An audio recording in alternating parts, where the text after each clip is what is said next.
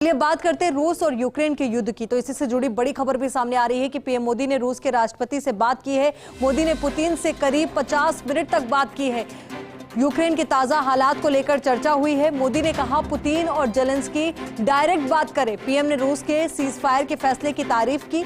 Putin ने हर संभव मदद का भरोसा दिया है। भारतीयों की सुरक्षा का भी पुतिन ने भरोसा दिया है। इससे पहले मोदी ने की थी जेलेंस्की से बात। इससे पहले प्रधानमंत्री नरेंद्र मोदी ने यूक्रेन के राष्ट्रपति जेलेंस्की से बात की। उनसे भी तमाम मुद्दों पर चर्चा की गई होगी, क्योंकि प्रधानमंत्री नरेंद्र मोदी की ओर से लगातार यही कहा जा रहा है, भारत सरकार की ओर से लगातार यही कहा जा रहा है कि हमारे लिए पहली प्राथमिकता है कि हमारे भारतीय छात्र जो यूक्रेन में फंसे हुए हैं उनकी सुरक्षा को सुनिश्चित किया जा सके। और साथ ही उन्होंने अपील भी यही की कि शांति कायम होनी चाहिए।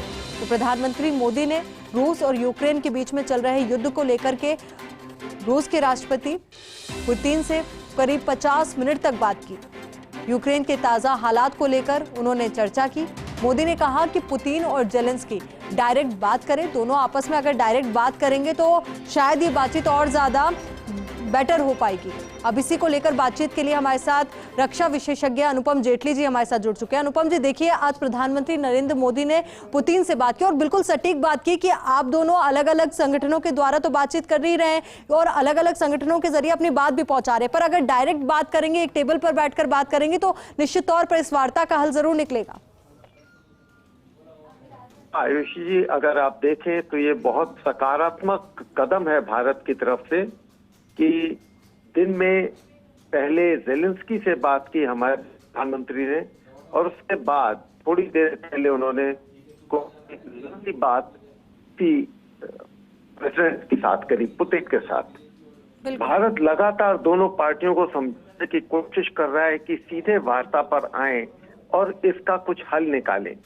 यही शांति जो है वो, अगर बाकी भी देश के लोग शांति प्रस्ताव की बात करें और दोनों लीडर से बात करें तो इस समस्या का हल जल्दी निकलेगा। परंतु दुर्भाग्य है कि यूरोपीय देश यूक्रेन को भड़का रहे हैं और इसीलिए ये जंग ज्यादा बुरी हालात में पहुंच रही है। बिल्कुल अनुपम जी, और ये तो हम अपने व्यवहारिक जीवन में भी देखते हैं कि बातचीत अगर डायरेक्ट होती है तो सीधी बात होती है। अगर बातचीत अगर इधर उधर से होगी तो निश्चित तौर पर भड़काएंगे तो लोग हैं ही। लेकिन भारत ने बहुत समझदारी से और बहुत बैलेंस दोनों पक्षों पे बात करी है। बिल्कुल अनुपम जी, देखिए दोनों पक्षों से बात की। निश्चित तौर पर प्रधानमंत्री मोदी ने रूस का पक्ष भी जाना होगा, यूक्रेन का पक्ष भी जाना होगा और वहां पर अभी क्या स्थिति है वो दोनों की ही निगाहों से जांचने की कोशिश उन्होंने की होगी। तो वहीं अब ऐसे में ये भी खबर सामने आ रही है कि रूस और यूक्रेन में आज तीसरे दौर की वार्ता होगी। तो आपको क्या लगता है कि इस तीसरे दौर की वार्ता में क्या कुछ अहम रहेगा, क्योंकि इस दौर की वार्ता से पहले 4 शहरों में सीज फायर भी हुआ है। देखिए, 4 शहरों में सीज फायर किया गया है जी, तौर पर भी दे 30 तारीख को, उसके बाद 3 मार्च को, उसके बाद तो अगर आप देखें तो हर बार तकरीबन ये एक छोटा पॉज दिया जा रहा है 3-4 दिन की लड़ाई के बाद। परंतु यूक्रेन चाहिए कि इसका फायदा उन्होंने उठाना है, अपने जान की क्षति को बचाना है, शहरों को बचाना है। बिल्कुल, बहुत बहुत शुक्रिया अनुपम जेटली जी आपका हमारे साथ जुड़ने के लिए, पूरी बातचीत के लिए। अब इसी को लेकर बातचीत के लिए हमारे साथ कर्नल देवानंद जी जुड़ चुके हैं। देवानंद जी, देखिए आज तीसरे दौर की बातचीत होने जा रही है। इससे पहले भी 2 दौर की बातचीत हुई पर अभी तक वो सफल नहीं हो पाई। आपको क्या लगता है कि आज की जो बातचीत होगी उसमें क्या अहम रहने वाला है? जी, सबसे पहले तो देखिए मैं तो बड़ा पॉजिटिव हूँ। आने वाली आज की बातचीत के हल जरूर सकारात्मक निकलेंगे और ये बातचीत होना ही एक संकेत है कि अब यूक्रेन महसूस कर रहा है कि दुनिया में जिन लोगों ने उनको आगे बढ़ा चढ़ा के झूठे वादे किए थे और उसको ढाल बनाया था, वो शायद रियलाइज कर रहा है। दूसरी बात यह है कि अगर यूक्रेन के राष्ट्रपति महोदय ये रियलाइज नहीं भी कर रहे हैं तो जिस प्रकार से रूस ने उसको मिलिट्री टूल का इस्तेमाल करते हुए उनको झुकाने का प्रयास किया है और दबाव में लाने का किया है, तो मैं मानता हूं ये रणनीति रूस की कामयाब हो रही है। और जहां तक देखिए इस युद्ध या किसी भी युद्ध का अंत तो बातचीत से ही होना है जी। और बातचीत का रास्ता जितना जल्दी खुले और जितना जल्दी सकारात्मक ये फैसले करें, मैं अच्छा कदम मानता हूं। और यहीं पर ही जिस प्रकार से हमारे मोदी जी का इसके अंदर रोल रहा है और भारत सरकार भी इसके अंदर बड़ी अग्रिम भूमिका निभा रही है, तो मैं देख रहा हूं अच्छे संकेत आने चाहिए और युद्ध विराम की ओर हम जल्दी कुछ अच्छी खबर सुनने वाले हैं, ऐसा लगता है। बिल्कुल, उम्मीद सब यही कर रहे हैं कि विश्व में शांति कायम रहे। और देवानंद जी देखिए, आज प्रधानमंत्री नरेंद्र मोदी ने जेलेंस्की से पहले बात की, उसके बाद रूस के राष्ट्रपति पुतिन से भी बात की, तो एक बहुत बड़ा सुझाव उनकी ओर से दिया गया कि दोनों सीधी बातचीत करें। तो उसको और उस पूरी बातचीत को क्या आप देखते हैं कि एक पॉजिटिव इम्पैक्ट उसका नजर आएगा आज की इस बातचीत के दौरान? बिल्कुल जी, बिल्कुल। मोदी साहब ने जो ये कहा कि भाई आप आपस में बात करें, लोगों के बहकाव में ना आए, वही हमारा भारत का स्टैंड भी था कि आपको आपस में बात करना पड़ेगा। दुनिया में कोई भी दूसरा देश ऐसा नहीं है, राष्ट्र ऐसा नहीं है जो आपसे ज्यादा आपके हितों की चिंता कर सकता है।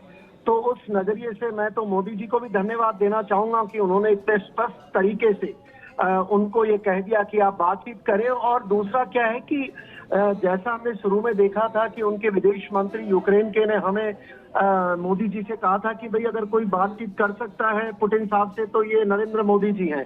और आखिर में देखो ये सत्य भी होता नजर आ रहा है। और दोनों राष्ट्र अध्यक्ष और दोनों राष्ट्र हमने देश की पॉलिटी में विश्वास रख रहे हैं। मैं तो अपने लिए गर्व की अनुभूति करता हूं और मानता हूं कि ये उभरते हुए भारत का एक अच्छा इंटरनेशनल फोरम के अंदर अपनी भूमिका अदा कर रहा है, जो शांति की ओर है, जो समृद्धि की ओर है, जो सबको आपस में प्रेम से रहने की सीख देता है। निश्चित तौर पर देवानंद जी, बहुत बहुत शुक्रिया आपका हमारे साथ जुड़ने के लिए, पूरी बातचीत के लिए। इसी से जुड़ी एक और बड़ी खबर का रुख करते हैं। रूस यूक्रेन युद्ध पर आईसीजे कोर्ट में सुनवाई हुई। सुनवाई में हिस्सा नहीं ले रहा है रूस। आईसीजे में अभी रखा जा रहा है यूक्रेन का पक्ष। रूस पर क्रूरता और वॉर क्राइम का आरोप है, तो वहीं आईसीजे रूस को युद्ध खत्म करने का आदेश दे, ये कहना है यूक्रेन का। तो वहीं जंग रुकवाने के लिए चीन ने मध्यस्थता की पेशकश की है। चीन की ओर से मध्यस्थता की पेशकश की गई है जंग रुकवाने के लिए। तो वहीं आईसीजे में बेहद अहम महत्वपूर्ण सुनवाई चल रही है। रूस यूक्रेन युद्ध पर यह सुनवाई चल रही है। सुनवाई में रूस हिस्सा नहीं ले रहा है।